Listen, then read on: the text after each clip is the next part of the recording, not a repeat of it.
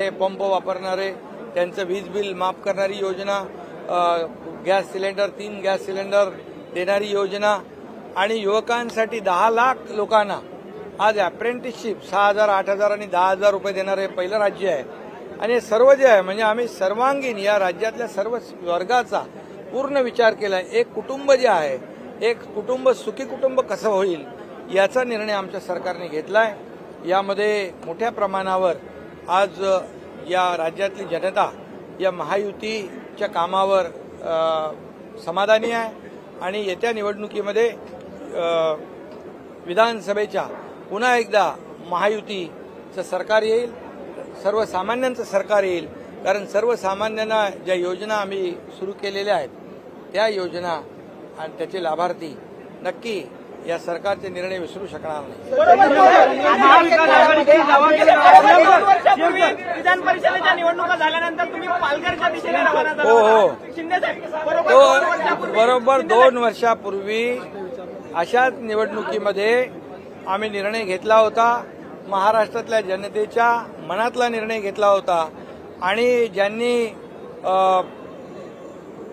म्हणजे शिवसेना भाजपा युतीचं सरकार स्थापन व्हायला पाहिजे होतं, परंतु स्वतःच्या स्वार्थासाठी खुर्चीसाठी बाळासाहेबांचे विचार आणि विचारधारा सोडली आणि त्यावेळेस मग देवेंद्रजींनी आम्ही ठरवलं आणि मोदी साहेबांनी, अमित शहा साहेबांनी आम्हाला पूर्ण आशीर्वाद दिला आणि त्यावेळेस सरकार काय केलं तुम्हाला माहित आहे, पलटवलं आणि म्हणून बरोबर आता पालघरकडे नाही, आता वर्षाकडे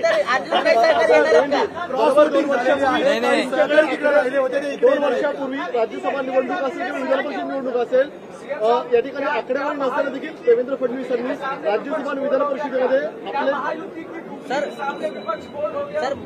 महायुति का जो काम है, गुगली ने बैटिंग मजबूत हो गई और पूरे उनकी विकेट निकाल दी। इसलिए दोनों भी यहाँ पर है और तीसरे हमारे अजीत दादा भी है। हमने कहा था, विश्वास था कि पूरे 9 के 9 लोग हमारे जीतेंगे। कई लोगों ने उसमें कहा था, कुछ चैलेंज भी दिया था कि ये चमत्कार होगा, ये होगा। अभी चमत्कार हुआ है, चमत्कार हुआ है। महायुति के जितने हमारे विधायक हैं उन्होंने तो वोट दिया ही, उनको मैं धन्यवाद देना चाहता हूं। लेकिन महायुति के काम पर, विकास पर अन्य पार्टी के लोगों ने भी हमें सपोर्ट किया, उनका भी मैं अभिनंदन करता महाविकास आघाडीचे नेते दावा करत होते महायुतीची मतं फुटली, मात्र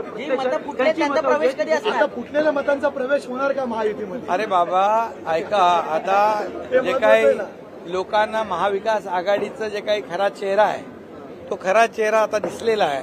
त्यामुळे लोकांना काम करणारे सरकार पाहिजे, घरी बसणारं सरकार नको, फेसबुक लाईव्ह तर नकोच बिलकुल। आणि म्हणून आज लोकांनी आपल्याला जे काही आशीर्वाद दिले, मी जास्त काय कोणावर टीका करत नाही, परंतु मी एवढंच सांगेन की एक सुरुवात आहे आणि येणाऱ्या विधानसभेमध्ये या महायुतीच्या कामाची पोचपावती जनता दिल्याशिवाय राहणार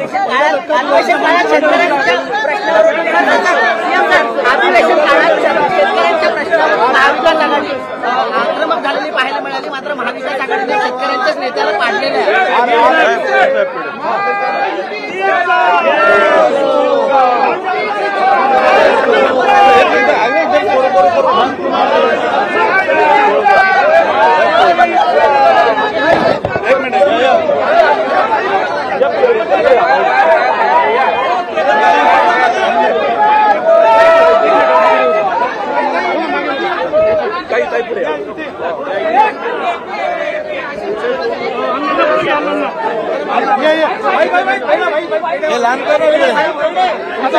आता यांच्याकरता दाखवायला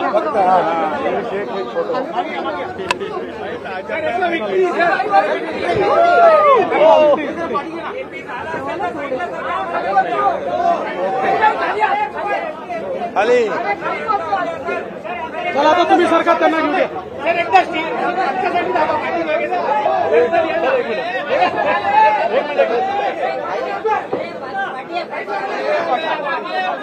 ओके, थँक्यू।